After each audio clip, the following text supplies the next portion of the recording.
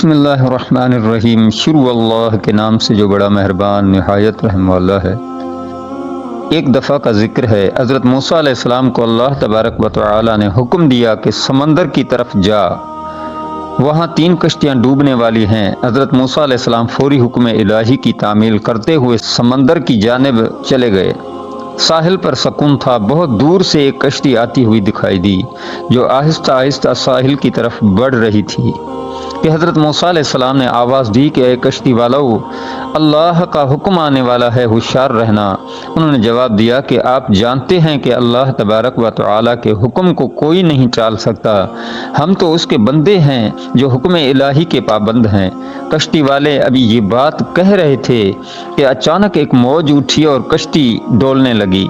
سوار اپنے آپ کو بچانے کی کوشش کرنے لگے۔ اتنے میں ایک اور زبردست موج آئی جو کشتی کو اپنے ساتھ بہا کر سمندر کی تہ میں لے گئی۔ تھوڑی دیر میں ایک اور کشتی نظر آئی تو حضرت موسیٰ علیہ السلام نے انہیں بھی خبردار کیا اور کہا کہ ذرا محتاط ہو کر آنا۔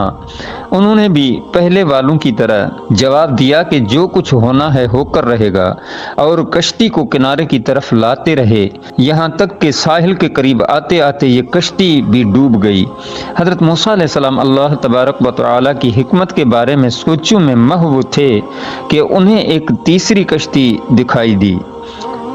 آپ علیہ السلام نے حسب سابق اس کشتی والوں کو نصیحت کی کہ دیکھو اللہ کا حکم آنے والا ہے، اپنے گناہوں کی معافی مانگتے ہوئے ذرا محتاط ہو کر آئیں۔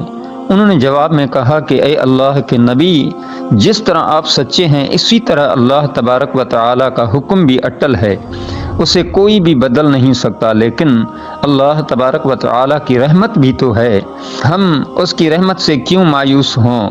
لہذا ہم اللہ کی رحمت پر بھروسہ کر کے آ رہے ہیں، اور وہ اپنی رحمت کے صدقے میں ہمیں ضرور امن و سلامتی کے ساتھ کنارے پر پہنچا دے گا۔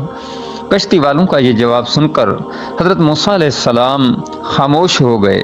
جب کشتی بحفاظت کنارے آ لگی تو اللہ تبارک و تعالی کے پیغمبر سوچنے لگے کہ اللہ تبارک و تعالی نے 3 کشتیاں ڈوبنے کا فرمایا تھا، تو 2 تو ڈوب گئیں لیکن تیسری سلامتی کے ساتھ کنارے آ لگی ہے، یہ کیسے بچ گئی؟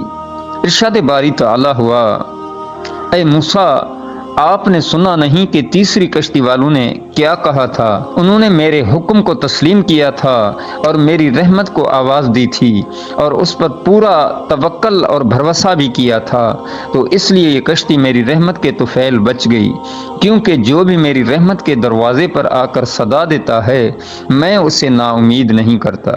صحیح مسلم کی ایک حدیث میں آتا ہے، جب اللہ تبارک و تعالی نے مخلوقات کو پیدا فرمایا تو عرش پر لکھ دیا، میری رحمت غضب پر غالب ہے۔